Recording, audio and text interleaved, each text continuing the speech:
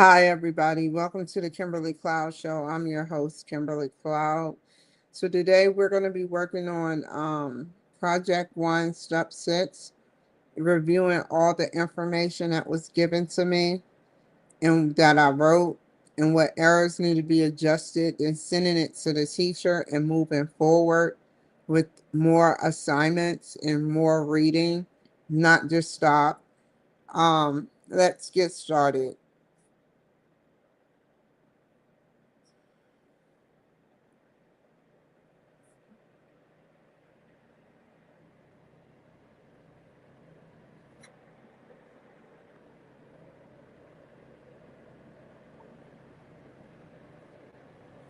Let y'all see what I see.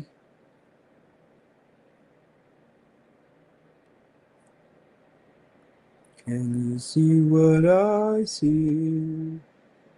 Can you hear what I hear?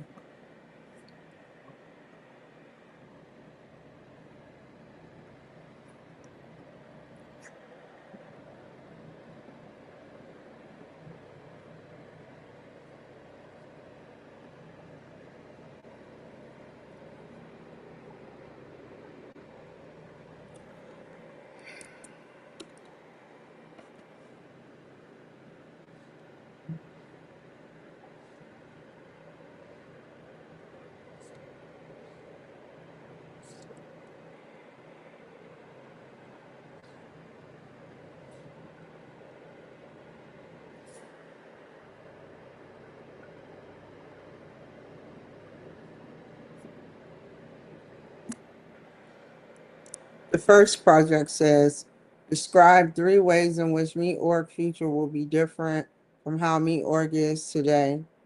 The directors will take more ownership and really direct instead of not meeting quality standards. If they take more ownership for better direction of not only the team but the groups, it will mean more retention and less turnover rates, or positive retention.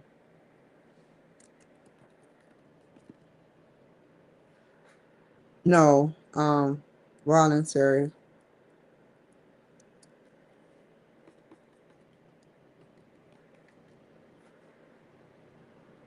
and less turnover rates. There must be an adjustment between the directors searching for new information towards a better understanding for the group and or team. If they research a new item out on the market or service out there on the market, they can help collaborate more assets by figuring out a plan for how they would legally solicit an item or sell it. They would then train the employees on how to sell the item. How would they differ? This would help put some direction into the company's margin. If we do not keep above standards, then you risk liquidation of assets or bankruptcy of a company. It gets old, it loses value. It gets old and loses value because Meat Org didn't keep up with the proper trends. It falls behind.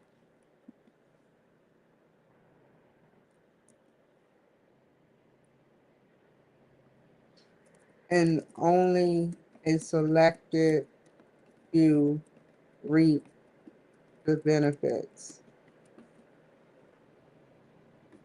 especially with the Leap app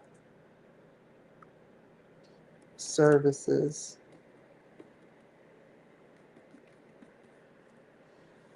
In the future, there will be a responsibility for one's actions on all levels because there will be an advisor to every corporate company wanting to gain knowledge on what it takes to be different from another.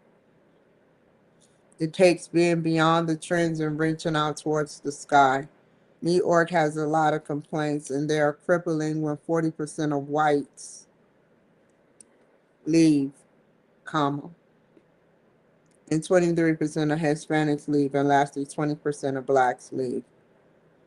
Our second phase of the future, take classes on innovative and um,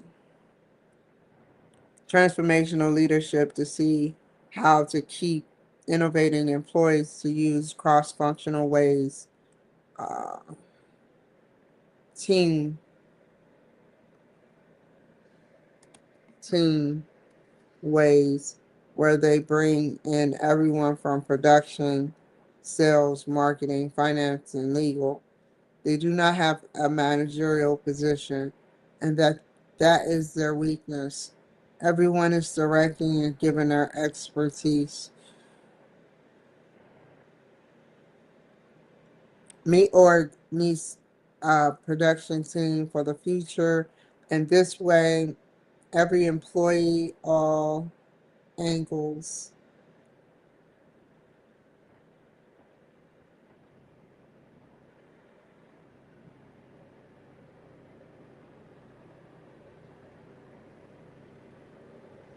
Third, participate in temporary decision making processes.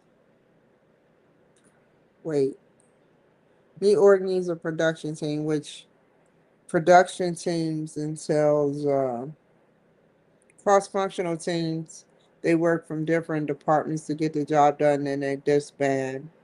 Um, Production teams, they get together. They can from all angles, all departments, and they complete the task. But something is different. I forgot what it was. Both are the same. They get cross functional. They get specific teams together. A group um, is one with similar interests. A group is one with similar interests in a group together. A team is when you come from different angles to produce the same results quicker time. It could be from one sector of a production cross-functional team, and it could be from a production team that is from all departments. So you can get a variety of personalities and stuff. They're not a group. They don't know each other. They don't have similar interests. They're from different departments.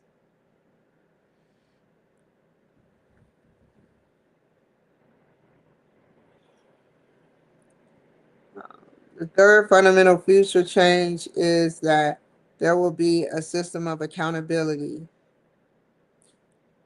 and zero tolerance for emotional firing or involuntary turnover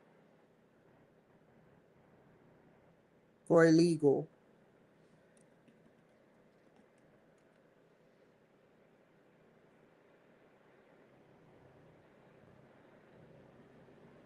This means if an employee has a problem and has stated the problem numerous amounts of time with no real effort to change the situation,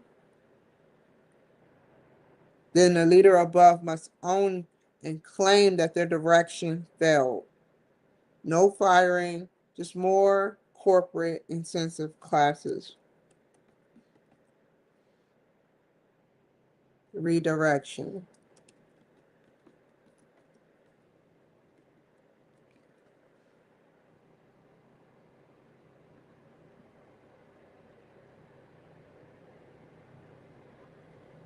To recap, more ownership for better direction, new information for better quality of the company, having a product style type teams, product, what? Production.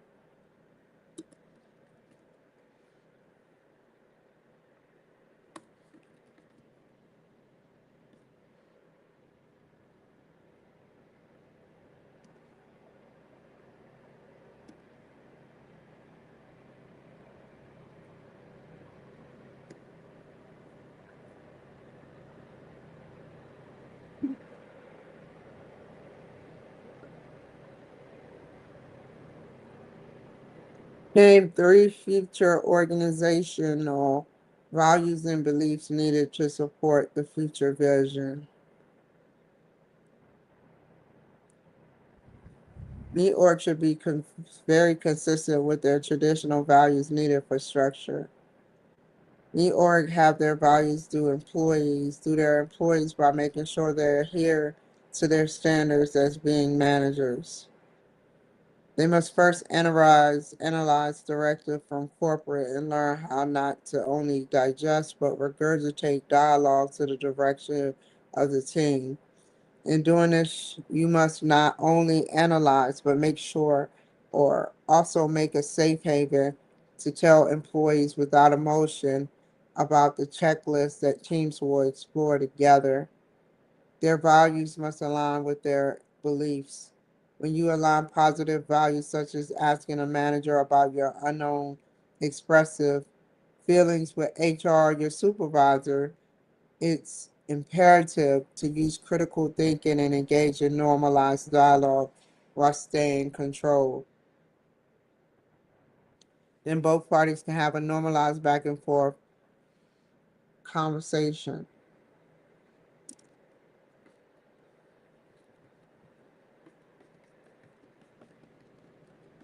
with each other rather than a one-way managerial conversation.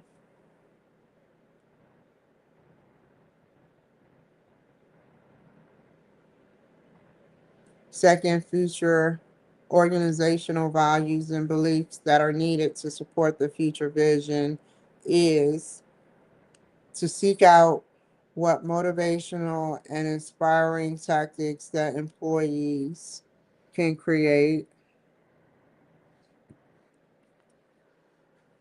as a team at Me Org. I feel like Me Org beliefs are simple.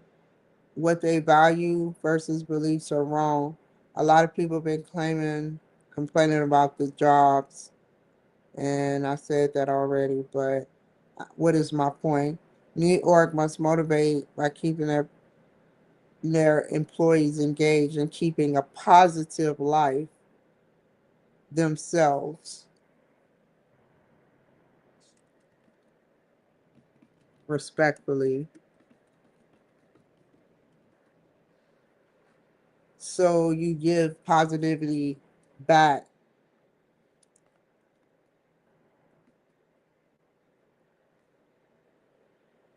towards employees,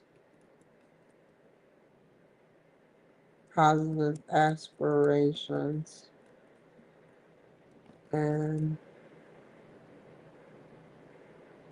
values back towards employees in the world.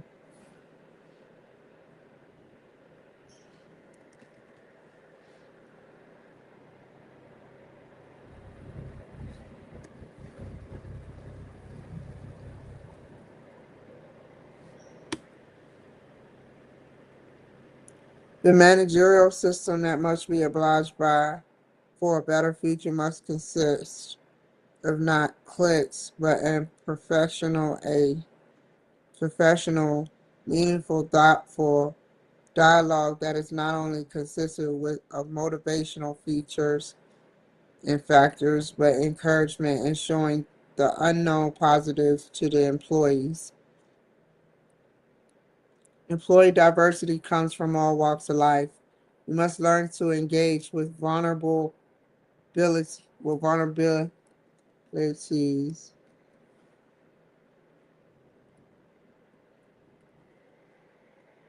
and also telling the employee about your expectations. You then once phase then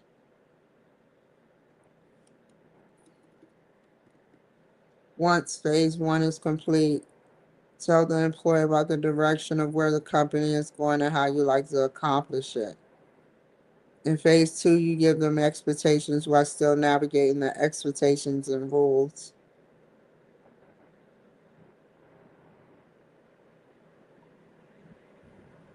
Phase three, meet org tells the company you need all employees on the same page so that you can better control the environment. Pre-interview them th- thoroughly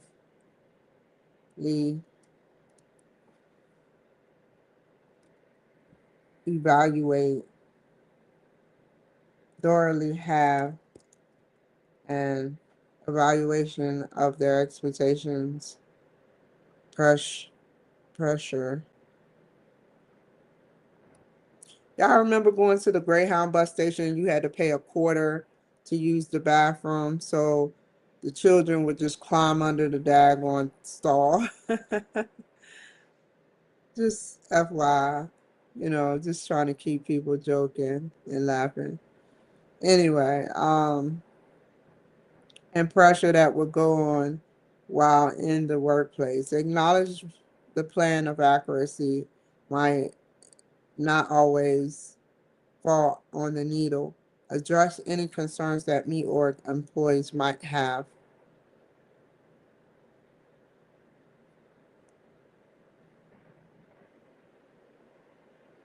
Wait, phase two. Where's phase three?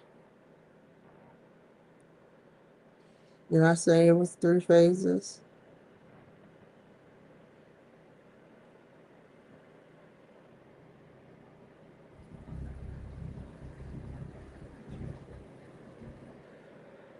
Yeah, it's 3 phases.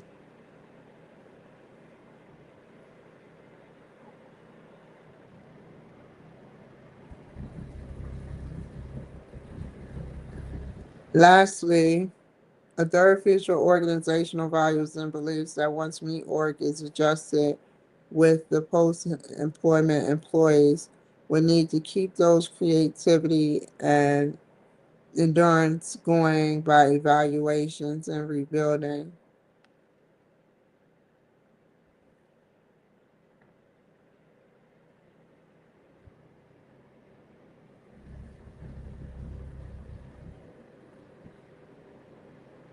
At rebuilding the trust within the system of me org, action is essential, ensuring employees that ensuring employees there that managers take their judgment serious if they get evaluated by staff and they may disagree on the directives given or the direction of the company moving in.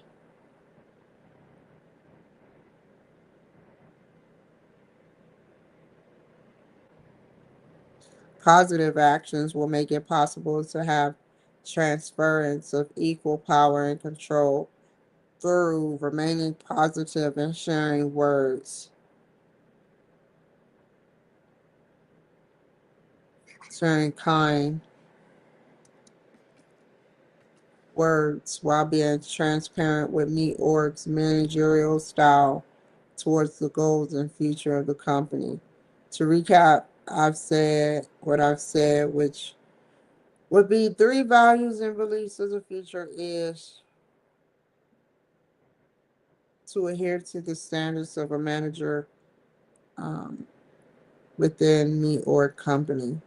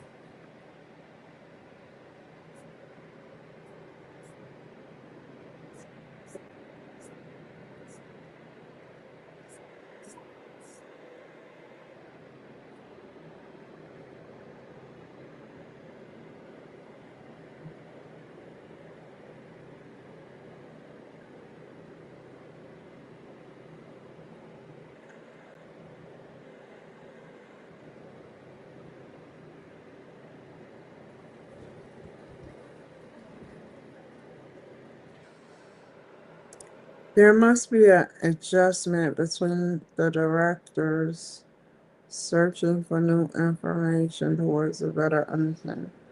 Okay. Better,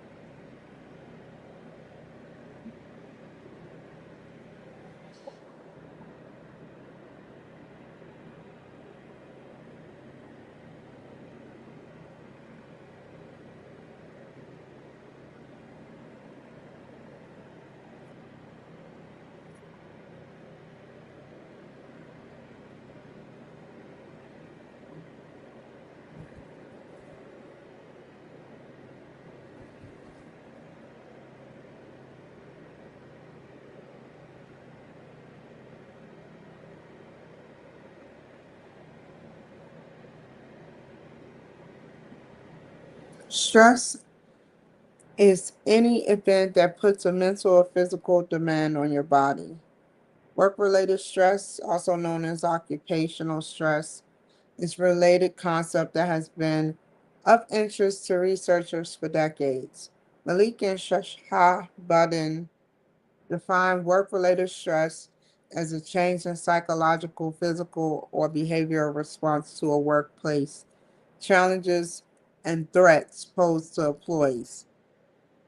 Research on work-related stress typically explores employee responses to negative stress, distress, rather than positive stress, eustress. Malik. The majority of research on work-related stress also suggests that there is an individual response to real or perceived threats, and that this type of stress is counterproductive. When we review these definitions, it becomes clear that work-related stress is a highly individualized concept that depends on each person's assessment of a given situation.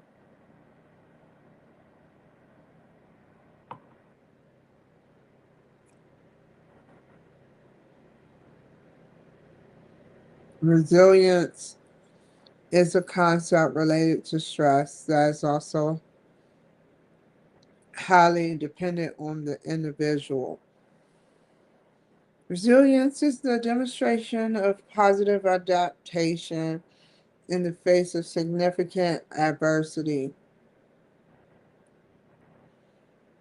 An individual capacity to respond to stressful situations is directly related to how resilient that individual will be.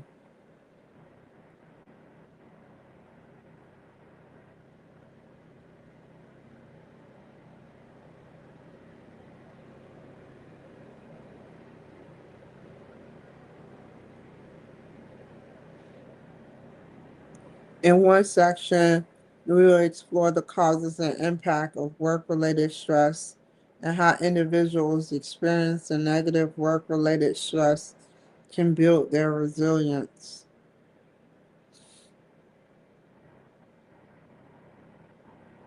There's no shortage of research that examines the common causes of work-related stress and its likely consequences for individuals and organizations.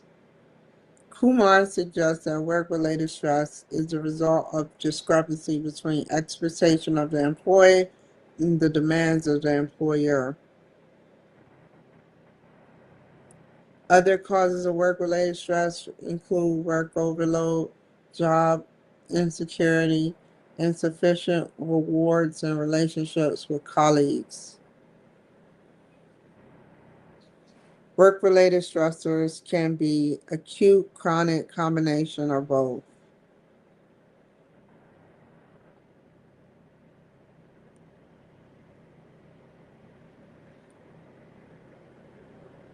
Acute stress is stress experienced by individuals on a day-to-day basis. Chronic stress is long-term exposure to stressful events. I have chronic stress.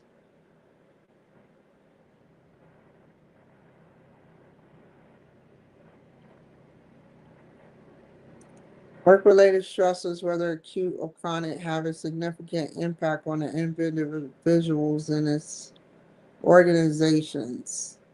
Research suggests that the following can result from work-related stress: diseases, depression, heart disease, muscle disease.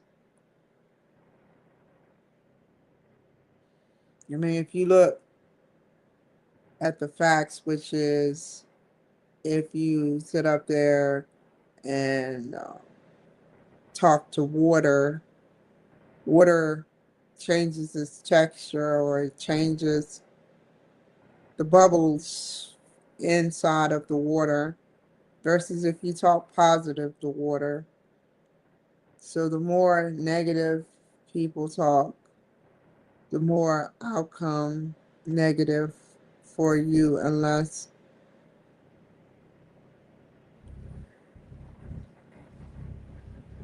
you shut them up.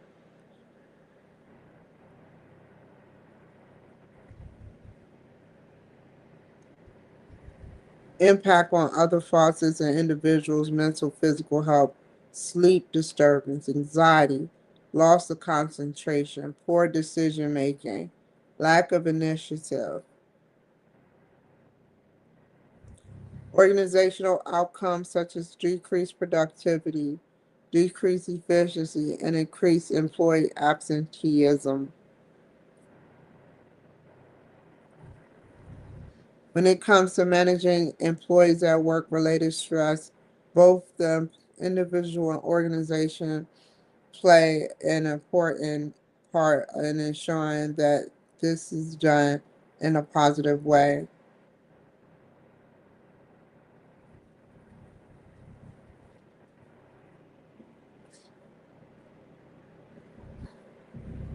Um, Individuals who manage stress in a positive way, minimizing the negative effect on their health and work performance, are displaying resilience. Typically, when we refer to managing stress in a positive way, we are referring to the coping strategies individuals use to respond to stress. There is no one size fits all approach to how one can build resilience. Since stress is a concept that is uniquely unique to each individual. What resilience look like for you is different from what it looks like for someone else. There are some general suggestions, however, about how both individuals and organizations can become more resilient.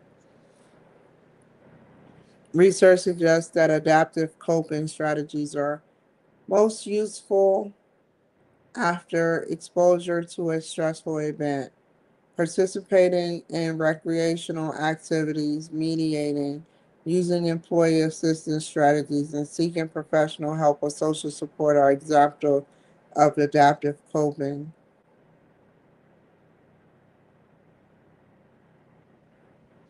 An important step in building resilience is identifying what causes us stress: insecurity, lack of opportunity, work overload, resource constraints, work life imbalance. To stressors that are considered traumatic events, sexual harassment, discrimination, hazardous working conditions. Once the source has been identified, employees need to understand how these stressors make us feel. Self awareness is the key to managing stress. Then employees must respond in a positive way that is appropriate to their needs. In the same vein, employees must identify employee stressors and cultivate strategies to decrease employee stress levels. Organizations have recognized the significant efforts of stress and responded by adopting stress management problems or programs that emphasize adapting coping strategies.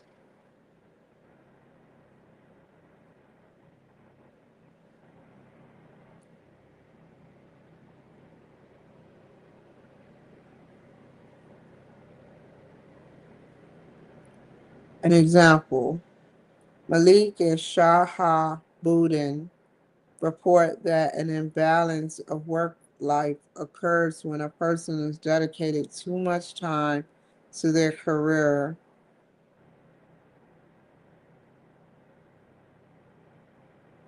so they do not have the energy to support their families with the emotional investment they need. Organization can minimize the stress caused by work related imbalances by allowing employees to telecommute.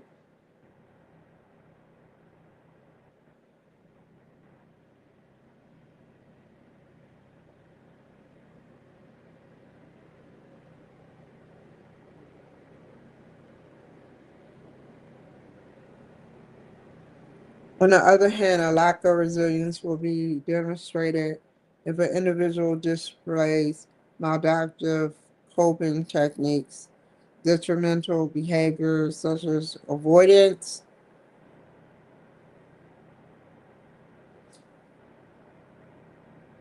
overeating, or drug use. Sorry, y'all. That's why I drink my red.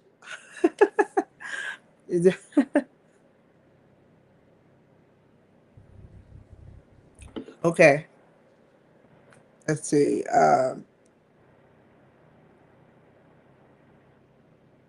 In addition, if an organization increases an individual workload or refuses to provide a more flexible work schedule, that would be an example of an organization hindering an employee ability to be resilient.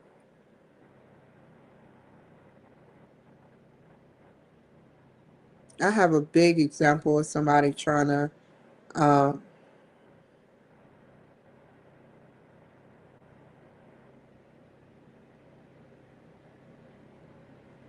but I don't want to say it. But I had an example.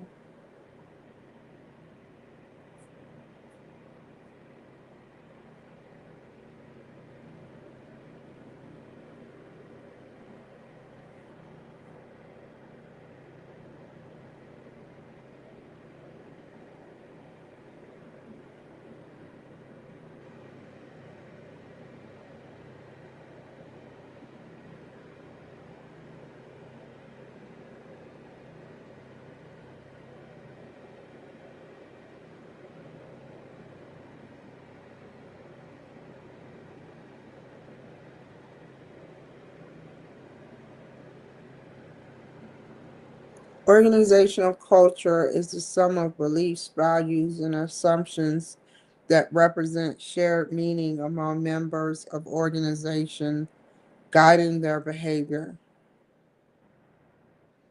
It is related to the organization identity, much like an individual's personality. Every organization has a culture. Every organization culture is unique.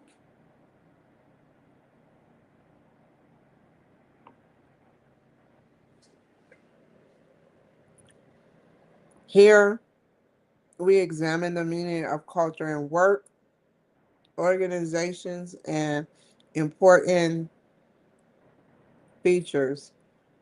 By understanding the natures and level of culture, we can learn how to maintain it and how to work towards necessary changes. A famous management expert once said,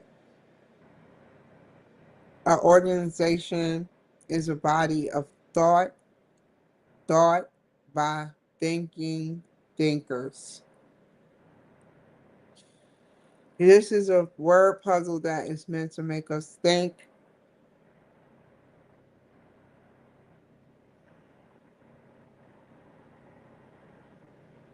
and it does. After all, one of the most common definitions of a work organization found in many textbooks is that it is a goal directive system of cooperative effort.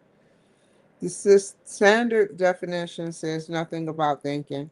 Instead, it focuses on rationale approach to collaborative work, driven by organizational goals that come down from top management.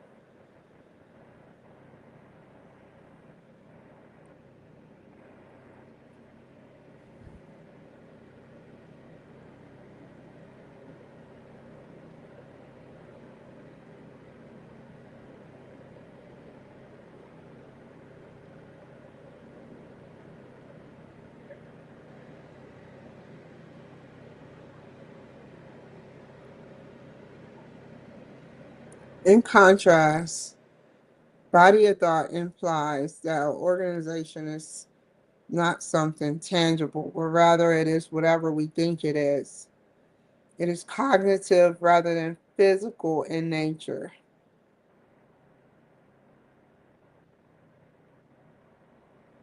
This conceptualization of our organization comes from the ways that it has been thought about over time as it has evolved.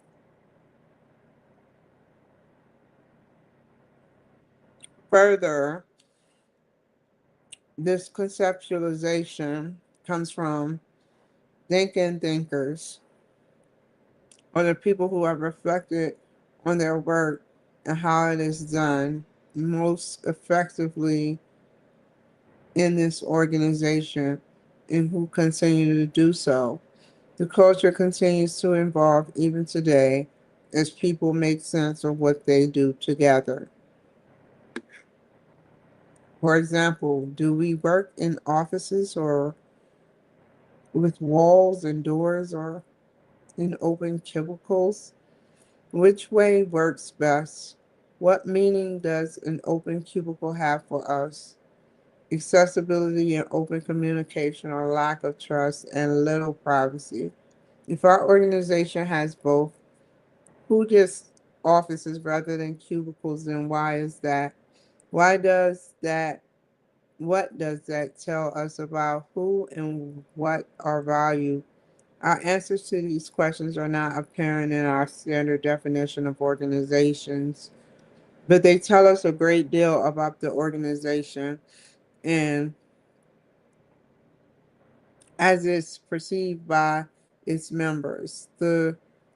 These answers will be unique in every organization. The physical cubicles may look the same, but could mean very different things in different organizations.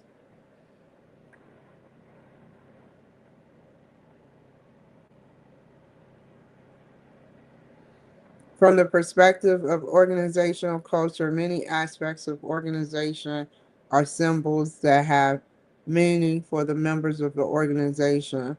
The organization itself is subjective in nature, defined by the group and people in it.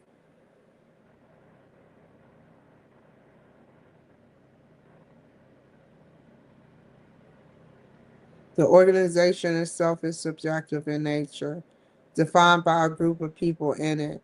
In some, organizational culture can be seen as beliefs, values, and assumptions that represent shared meaning among members of an organization and that guide their behavior.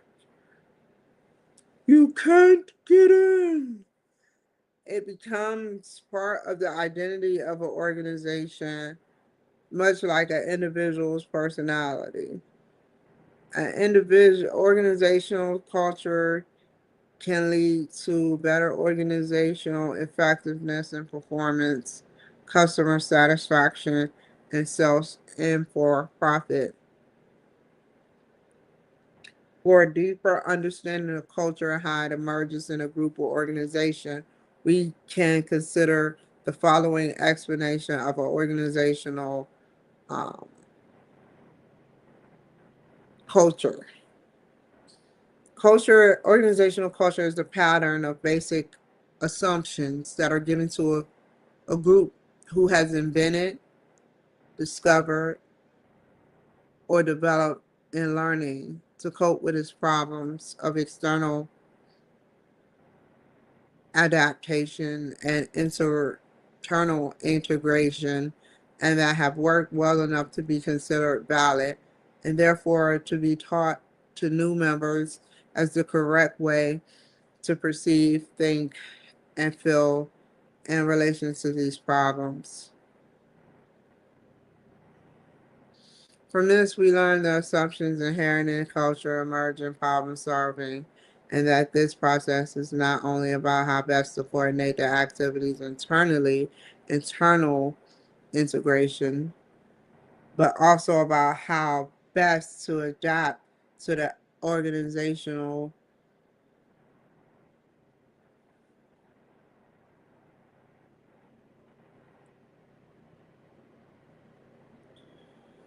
externals environment. The approach that work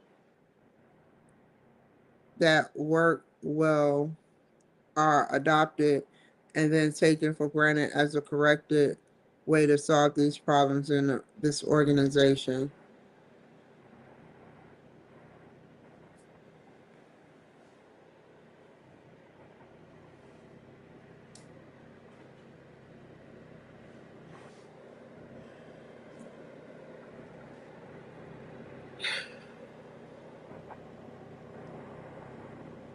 Sorry, hold on. Excuse me for a second. Trying to make sure the approaches that will work well are adopted and then taken for granted as the correct way to solve these problems in this organization. For example, people learn that teamwork is more effective than solo endeavors all the time.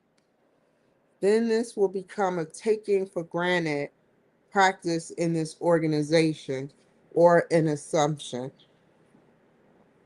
If people learn that teamwork is more effective than solo endeavors all the time, then this will become taken for granted. Okay, members will be expected to work together effectively in teams to get things done. In another organization, there will be no willingness and regular practice to work on teams. If they learn from their own past experiences that teams were not effective for their problems. Often culture develops early on when an organization forms. In this case, the founders and early leaders of an organization have great influence on how problems are solved and what is valued. If an organization stays relatively small and is privately owned, this is likely to continue.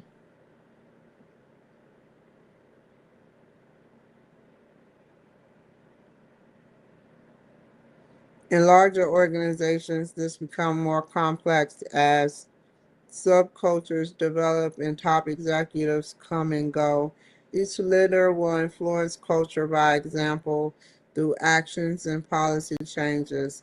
However, the original culture itself at the level of unstated assumptions, has great momentum to persist and changes slowly, if at all, unless deliberately and dramatic actions are taken to hasten and desire new sets of values. Values and norms for behavior grow out of the group's problem solving success and failures. This is a key reason why desire culture change imposed by top management is not an easy process and may take a long time.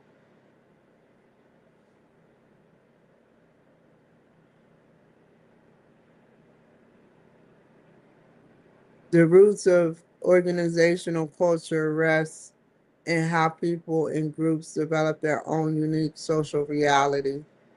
In the 1950s, social psychologist Solomon Asch performed an experiment that reviewed how a member of a group would choose to incorrectly misstate the length of a line after six others before, unbeknownst to him working for the researcher, had knowingly misstated its length.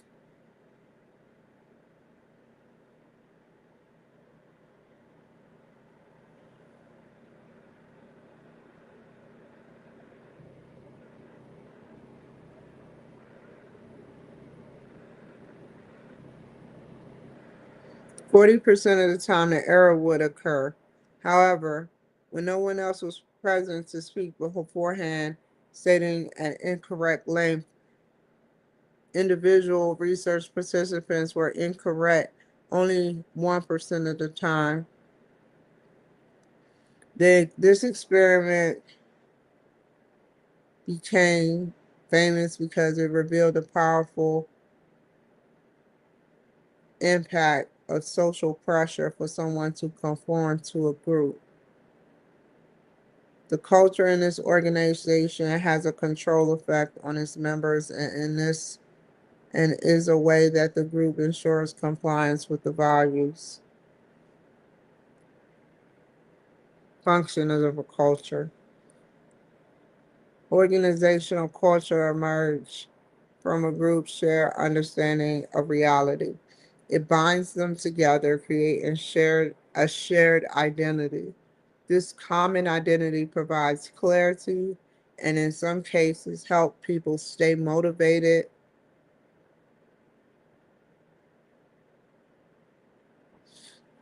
and work towards common goals.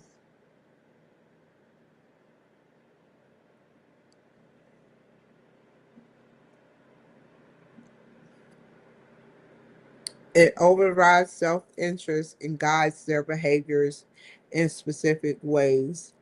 As you might imagine, however, a culture where there are unfettered political conflicts, coercive practices, and so forth can lead members into engaging with such behaviors and may not be demotivating rather than motivating.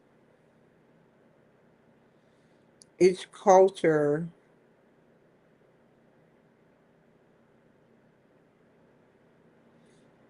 will call for a different approach based on what is valued by that culture and its unwritten rules. For example, of how culture works and can be seen on the issue of workplace stability. Nearly two-thirds of people now experience rudeness at work. This presents costs for the organizations in the form of lower productivity, increased stress, higher turnover,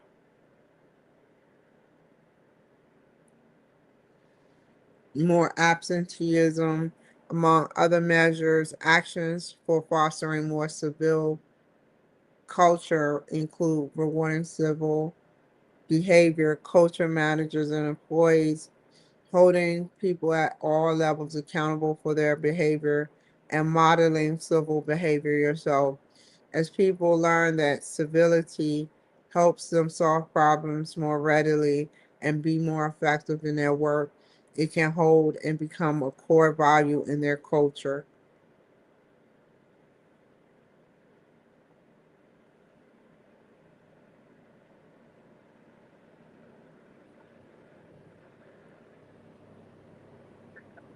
That's what I'm trying to do. That's what it's called. I just call it positive behavior, like I said in my paper. Since culture is made up of shared meanings taken for granted and held among group members, it is not readily discernible, especially if you're an outsider to a new organization. Like personality, it can only be known by engaging with the person and learning more. If you want to fit into an organization as a newcomer or seek to change this culture as a manager, being able to diagnose the current culture is vital. Let me take my allergy medicine. Excuse me.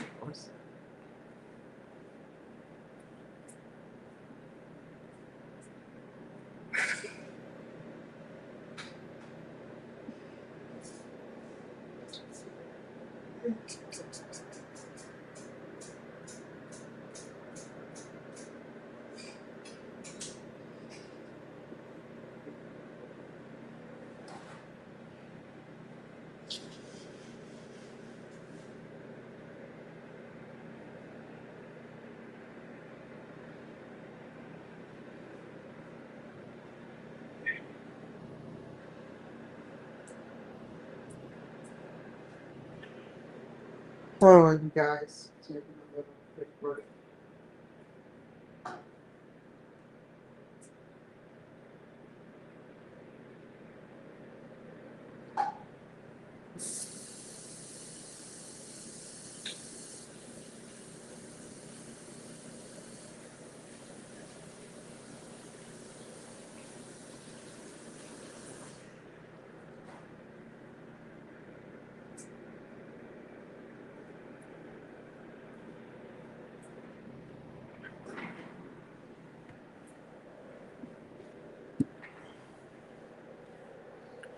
Since culture is made up of shared meanings taken for granted and held among group members, it is not readily discernible, especially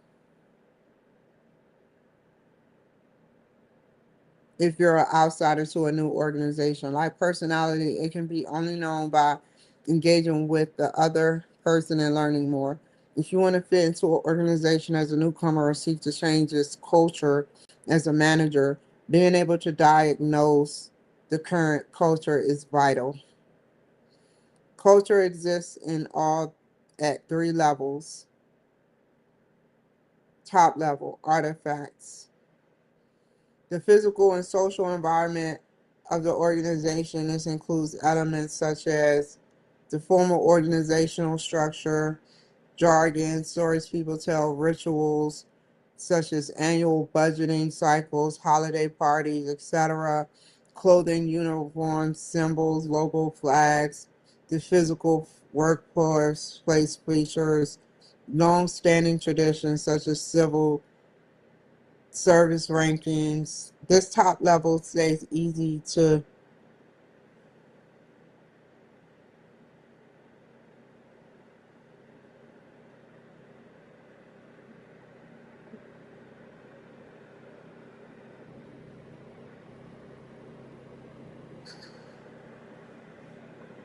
middle.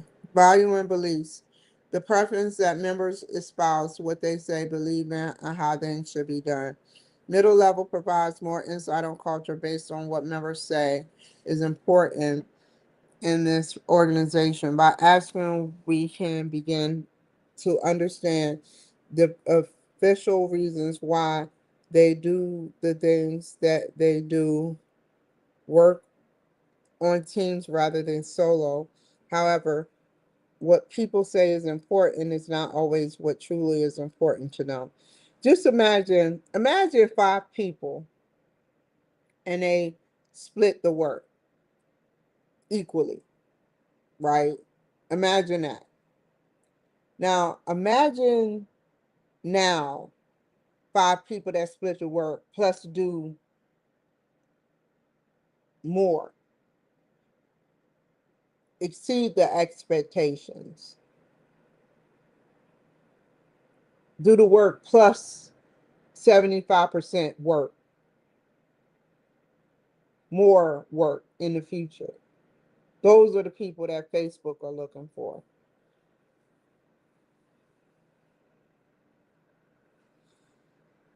Mm. At this level, we can begin to understand the assumptions that truly drive day to day behaviors, while certain choices have been made and continue to be made. At this level, the unconscious assumptions may or may not match up to the stated value at the mid level. These assumptions about how the organization does things are so ingrained and subconscious that they're not easy to identify. Only with in-depth questioning of members in a variety of roles throughout the hierarchy and many observation of behaviors, we can begin to understand the culture at this level. For example, we may discover that everyone works on teams because in this organization they don't trust one another to do a good job when working alone. However, this may not have been the reason that was given when they were first asked in the middle level.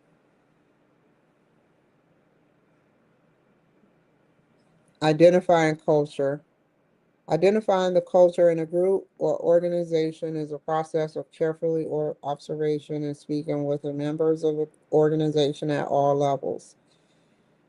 Here are just some of the questions you might pursue to gain insight on the culture. How do its members describe the organization? Do they use any particular metaphor or image?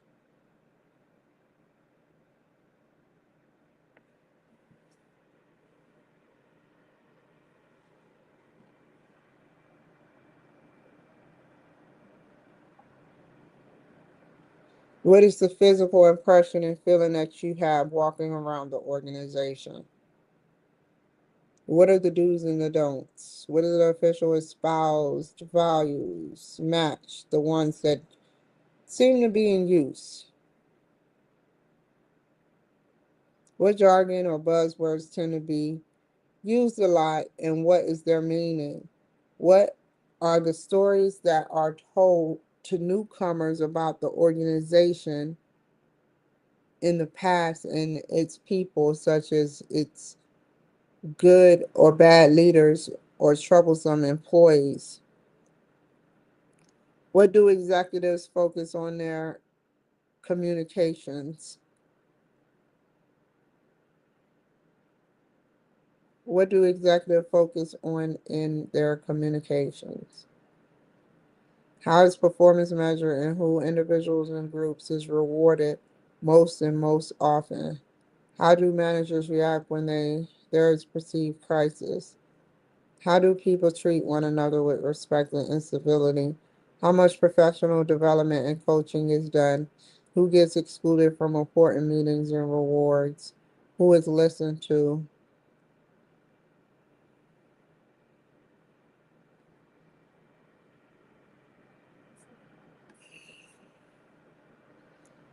Large organizations have many subcultures because different groups within the organization have evolved and learned what works for them over time.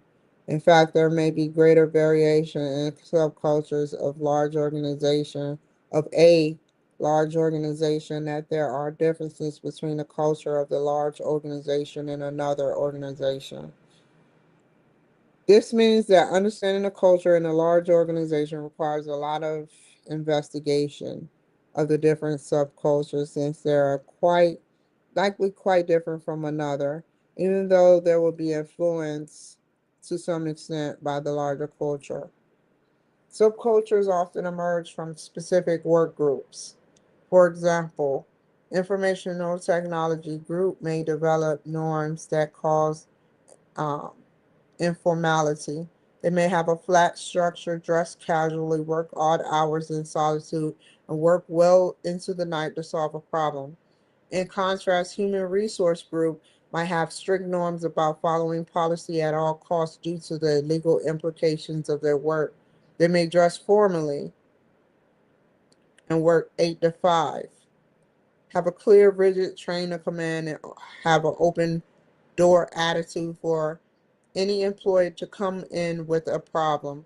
This is not to say that all IT and HR groups will have the same characteristics. While there may be some similarities, it depends on a group culture that has evolved in the specific organization.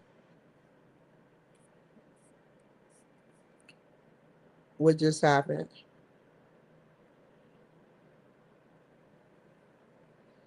Culture is maintained over time. If it values and the norms continue to help the group solve its problems, there is a risk of obsolescence for a culture, especially if the external environment of a group or organization is dynamic, undergoing rapid change, and its uncertainty and unpredictability. For example, if an organization culture does not value culture or client input, but an aggressive competitor initiates a service that does a great job of meeting the client needs and is able to listen to the clients continuously to adapt to its services, the organization closed to input may find itself as at a disadvantage with outdated culture.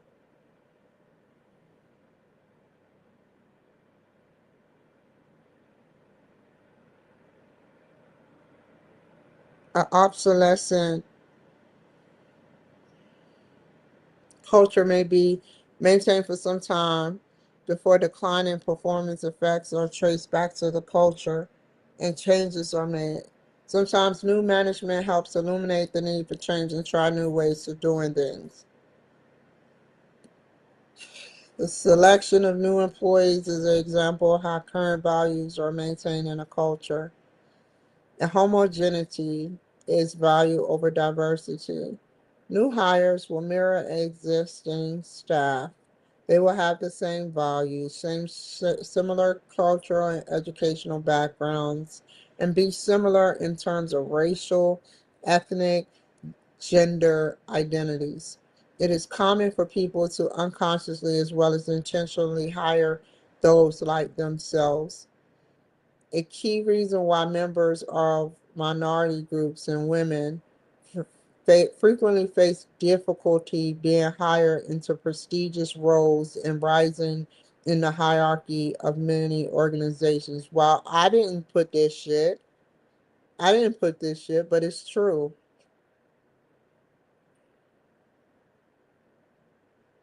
If diversity is valued by the organization, however, this culture value will encourage hiring people from different backgrounds with diverse characteristics, skill sets, and perspectives.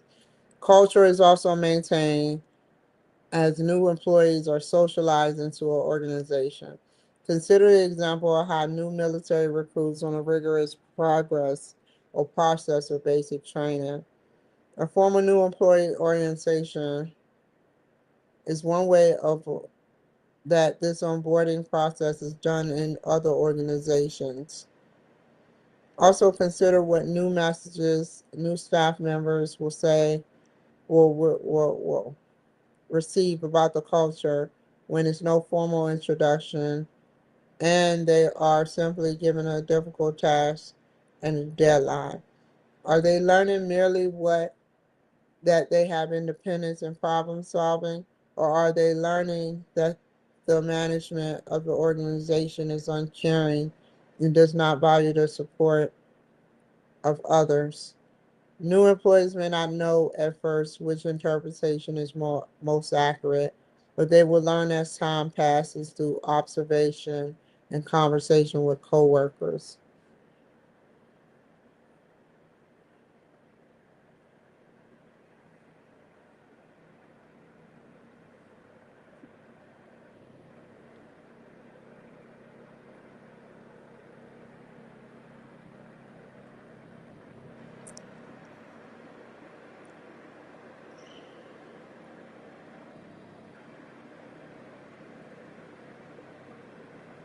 I read this already.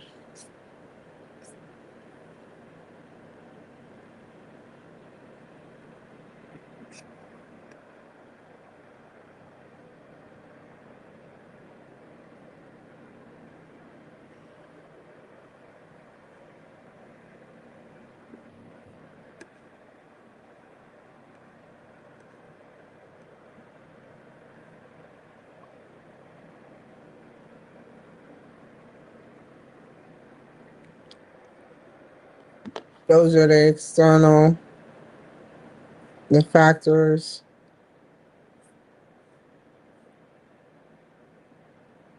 their policies.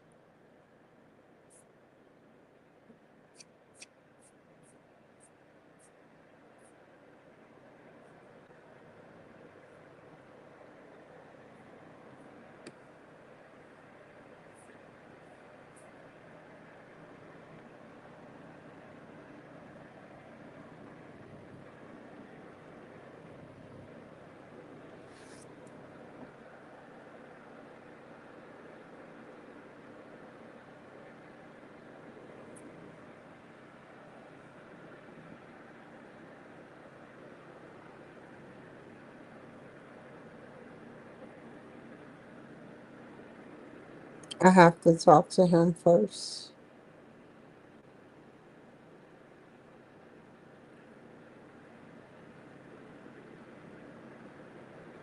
Hold on. Just in case the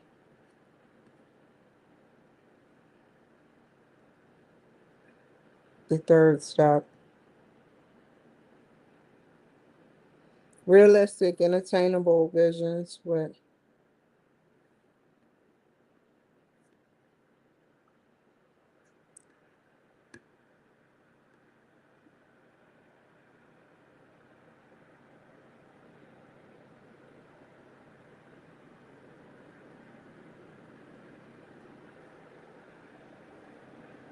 one factor.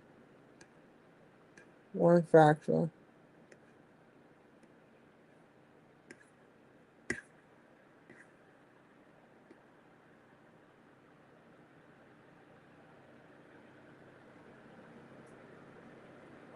I'd rather do external factors.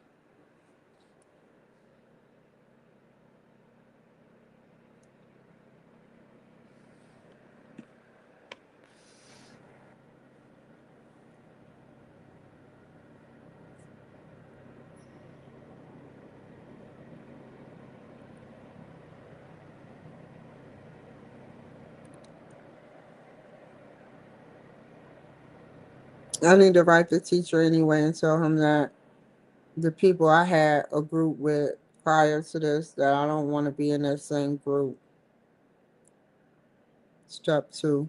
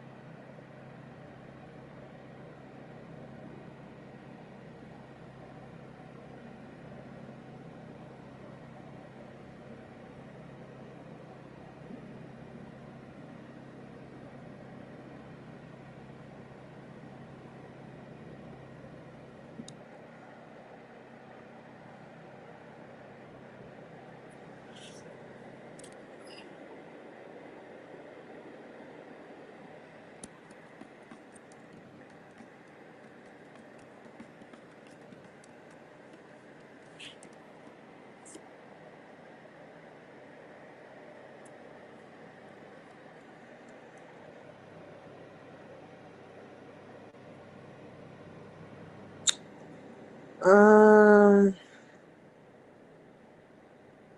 Fiddlesticks.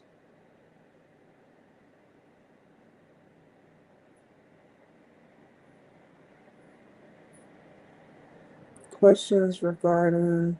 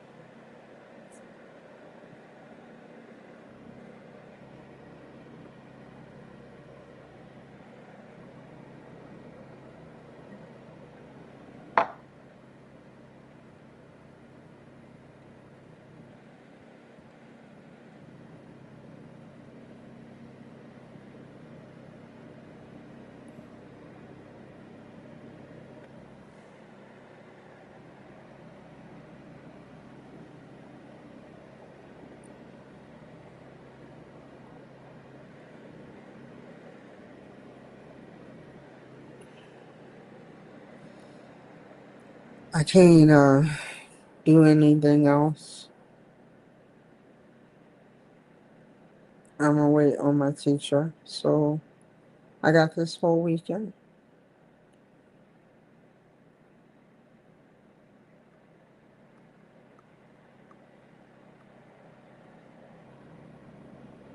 I know where to get the information from.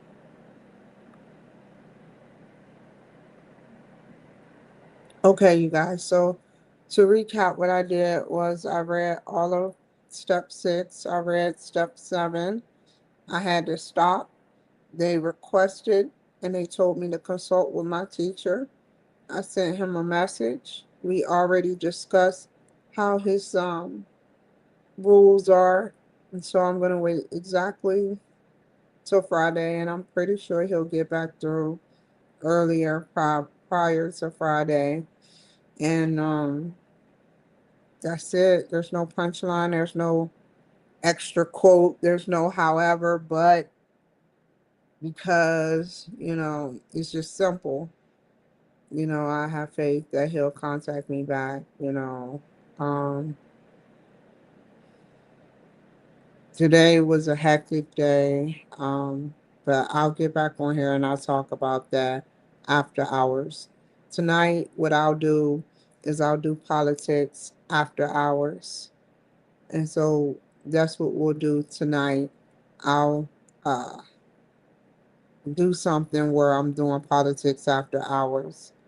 So I hope that you all enjoy this hour and 40-minute film. Did y'all? Did y'all? Did you enjoy? Take care, be safe, and I will see you guys in a bit. What is this? Oh, I'm so scared in my boots. I'm so scared in my boots. Anyway, so take care, be safe, and I will see you guys later. Bye.